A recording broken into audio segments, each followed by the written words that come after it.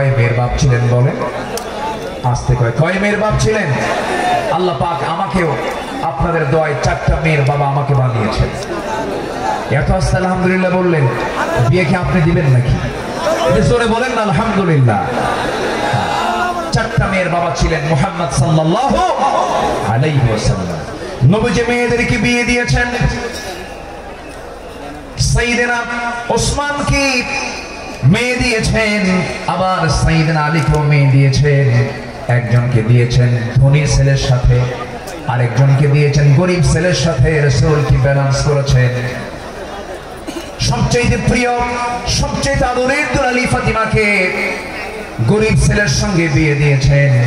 বিয়ে যেদিন দিলেন রাসূল বললেন, ও ফাতিমা, আমি তোমাকে এমন স্বামী তোমার হাতে তুলে দিলাম, এমন স্বামী আমি তোমাকে দিলাম যার সম্পদ নাই, টাকা নাই, পয়সা নাই, ঘর নাই, বাড়ি নাই, কিচ্ছু নাই, কিন্তু মাথা থেকে পা পর্যন্ত তাকওয়া দিয়ে ভরা। জোরে বলে সুবহানাল্লাহ। এমন স্বামী তোমাকে দিলাম, চলে যাও বাবার ঘর থেকে স্বামীর ঘরে গিয়ে করে খাও, মৃত্যুর দিন পর্যন্ত যেন স্বামীর বিরুদ্ধে একটা নালিশ আমার কানে না আসে। এই কথা বলে বিদায় দিয়ে দিলেন। আমার নবীজি 3 দিন পার হয় নাই, ফাতিমাকে না দেখলে তিনি অস্থির হয়ে যেতেন। আমার ফাতিমা কোথায় গেল, আমার ফাতিমা কোথায় গেল? আমার নবীর ঘরে একদিন ফাতিমা আসলেন, বসে বসে তিনি সালাত আদায় করছেন। রাসূল বলছেন, ফাতিমা, বসে বসে নামাজ পড়া তো তোমার ঠিক নয়, তুমি তো যুবতী মানুষ। এবার তিনি বলছেন, আব্বা জান, আমিও জানি আমি বসে বসে নামাজ পড়ি না, কিন্তু দাঁড়িয়ে দাঁড়িয়ে নামাজ পড়ার হেতু হলো আমি যে দাঁড়িয়ে দাঁড়িয়ে নামাজ পড়ব, আমার গায়ে যে জামাটা দেখতে পাচ্ছেন বাবা, এর পিছনের একটা অংশ তালিযুক্ত অংশ আছে। আমি যদি দাঁড়িয়ে থেকে নামাজ আদায় করতে যাই, আপনার চোখে এই তালি অংশটুকু পড়তে পারে। আপনি হয়তো আমার স্বামীর ব্যাপারে নেগেটিভ সেন্স আনতে পারেন, না হলে আমার মেয়ে গালি কাপড়ে কষ্ট দেয়, আমার স্বামীর এতটুকু দুর্নাম প্রকাশ পেয়ে যাক, আমি এটা চাই নাই বলে আমি বসে বসে নামাজ আদায় করছি। জোরে বলি সুবহানাল্লাহ। এবং মেয়েকে বিয়ে দিয়ে বললেন, ও আমার মেয়ে ফাতিমা, স্বামীর ঘরে চলে যাও, মৃত্যুর দিন পর্যন্ত যেন স্বামীর বিরুদ্ধে একটা নালিশ যেন আমার কানে না আসে। সংসার করে খাও, বিয়ের পরে বাবার ঘরের চাইতে শ্রেষ্ঠ ঘর হলো স্বামীর ঘর, স্বামীর ঘরে করে খাও। কিন্তু আজকের বাপরা কি তা করে? আজকের বাপরা কি কয় জানেন? মেয়ে বিয়ে দিয়ে কয়, মা চলে যা স্বামীর ঘরে, যদি কিছু বলে শুধু ফোন দিবি, খাইয়া ফালামো। ঠিক আছে না? এই আচরণ করা ঠিক নয়। আমার নবীজি একদিন বসে আছেন, ফাতিমা রাদিয়াল্লাহু তাআলা আনহা তিনি তার আব্বার সঙ্গে দেখা করার জন্য আসছেন। এসে বলছেন, আব্বা, আপনি হলেন রাষ্ট্রপ্রধান,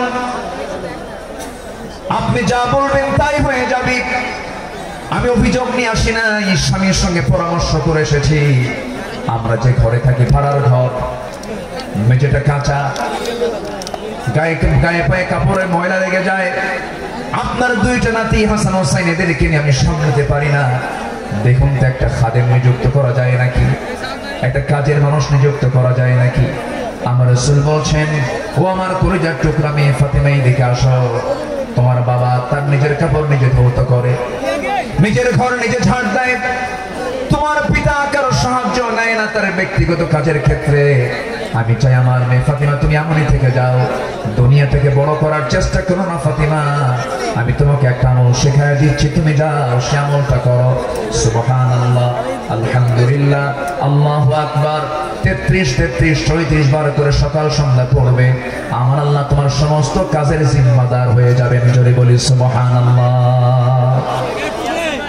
আমার বন্ধুগণ, নাম্বার 7 হলো রাষ্ট্রে প্রথম মসজিদ প্রতিষ্ঠা তিনি করেছেন, ইসলামী সংস্কৃতি প্রতিষ্ঠা করেছেন। নাম্বার 8 হলো বিশ্ববাসীর জন্য তিনি প্রেরিত কোরআনের প্রথম এবং শ্রেষ্ঠ প্রধান শিক্ষক তিনি। ইন্নামা বুইসতু মুআল্লিমান বুইসতু লিউতাম্মিমা মাকারিমাল আখলাক। রাসূল বলেন, আমি পৃথিবীতে প্রেরিত হয়েছি মানুষের চারিত্রিক মানকে তার চূড়ান্ত শিখরে পৌঁছে দেওয়ার জন্য। জোরে বলি সুবহানাল্লাহ। নাম্বার 9 হলো যুদ্ধের ময়দানে তিনি ছিলেন অগ্রগামী, সাহসী একজন নেতা।